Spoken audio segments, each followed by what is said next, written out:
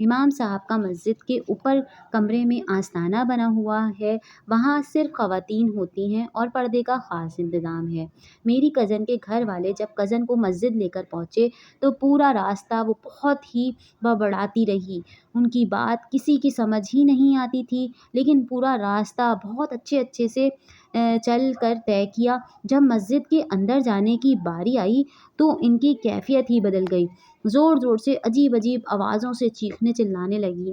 میرے ماموں، میرے مزید 4 کزن، ماموں کی بڑی شادی شدہ بیٹی، سب نے پوری طاقت سے بیمار کزن کو پکڑ رکھا تھا، مگر کزن دبلی پتلی ہونے کے باوجود کسی کے قابو میں نہیں تھیں اور مسجد کے اندر جانے سے انکار کر رہی تھیں۔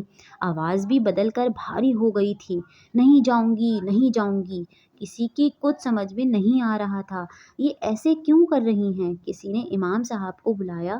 امام صاحب خود نیچے آئے اور انہوں نے بغیر ہاتھ لگائے کچھ پڑھ کر پھونکا ہی تھا کہ اب کزن زور زور سے ہنسنے لگیں، اور ہنسی بھی کچھ عجیب ہی جیسے ہم جو ہے وہ گرینی وغیرہ کی آواز سنتے ہیں، ویسے باریک سی ہنسی۔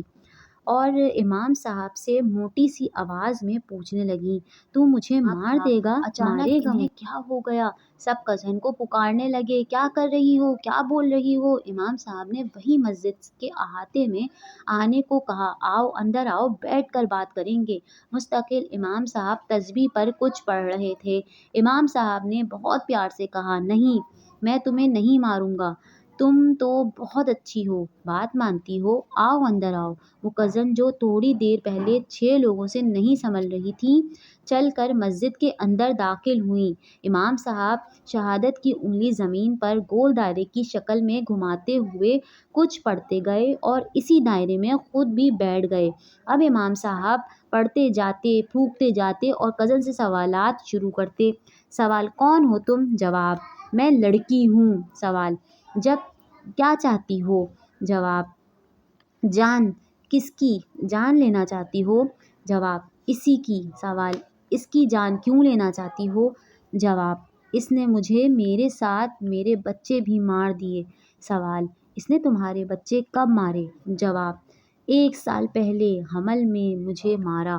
سوال، اس نے تمہیں کیسے مارا؟ جواب، اس نے مجھے زندہ دیوار میں دفن کر دیا۔ سوال، کہاں مارا؟ کس جگہ مارا؟ تم کچھ اور بتا سکتی ہو؟ جواب، سرجانی والے گھر میں۔ تم اس کو چھوڑ دو، یہ نا سمجھ ہے، ہم اس کو ماریں گے، سزا دیں گے۔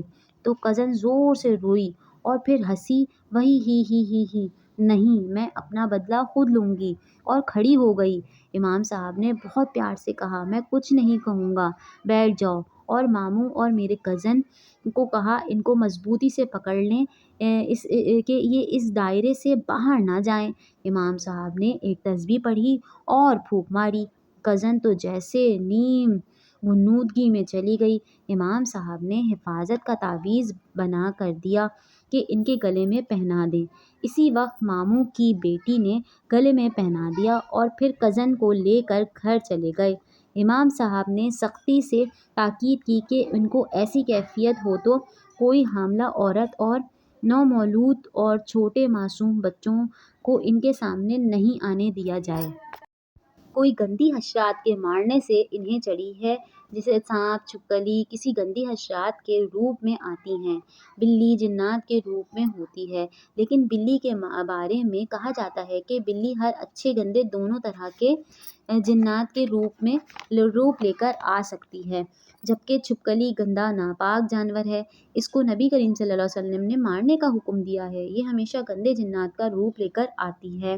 معلوم یہ ہوا کہ جس کمرے میں شادی کے بعد کزن رہتی تھیں، اس کمرے کی دیوار کی دراڑ میں اکثر چھپکلی آتی تھی۔ کزن کو اس سے گھن آتی تھی کہ کیڑے مکوڑے پیدا ہوں گے۔ انہوں نے دراڑ کو بند کر دیا اور چھپکلی حاملہ تھی۔ امام صاحب نے مشورہ دیا، انہیں شاہ عقیق کے مزار لے جاؤ، مزار والے بابا جن پکڑ دیں گے۔ ماموں ان مزارات پر کبھی نہیں گئے تھے، نہیں مانتے تھے وہ مزارات وغیرہ کو۔ اب جب معاملہ اپنی بیٹی کا تھا تو ماموں بھی مزار جانے کے لیے مان گئے اور شاہ عقیق کے مزار پر گئے۔ سنا ہے کہ بہت جلالی بابا ہیں۔ شاہ عقیق میں ایک احاطہ ہے جہاں پر لوہے کی گرل لگی ہے، یا یوں کہیں کہ جالیاں لگی ہیں۔ کزن کو وہاں جیسے ہی احاطے میں گرل کے پاس کھڑا کیا تو ایسا لگا جیسے کسی نے انہیں دونوں ہاتھوں سے پکڑ لیا ہے۔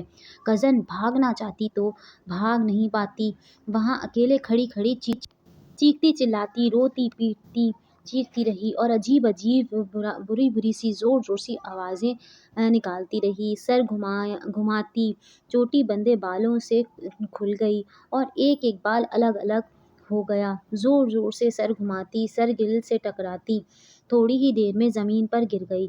اب لوٹے مارتی، کبھی اپنے آپ کو مارتی، کبھی سر زمین پر پٹکتی،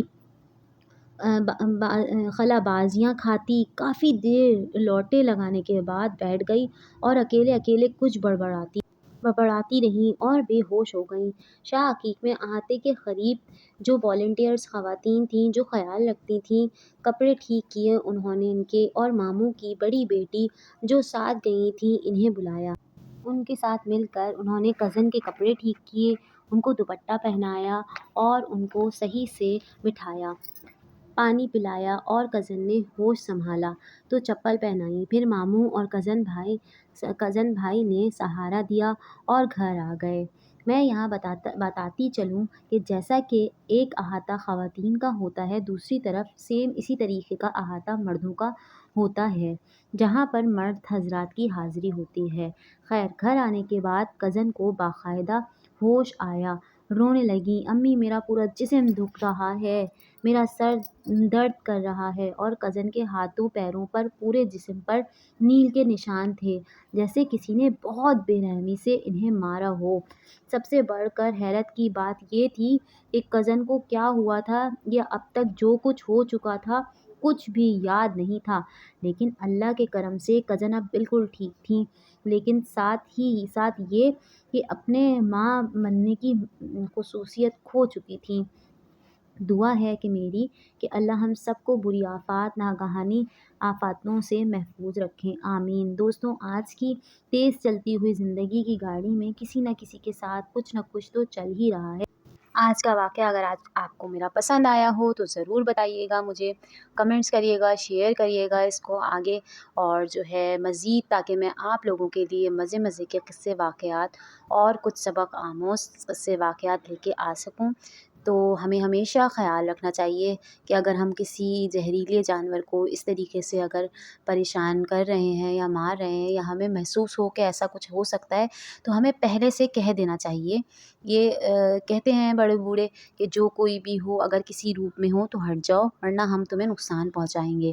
اور ایسا ہوتا ہے، میں نے بھی اپنی لائف میں دیکھا ہے کہ اگر چھپکلی کسی روپ میں ہوتی ہے اور اگر ہم اس کو اس طرح کہہ دیں تو وہ وہاں سے ہٹ جاتی ہے۔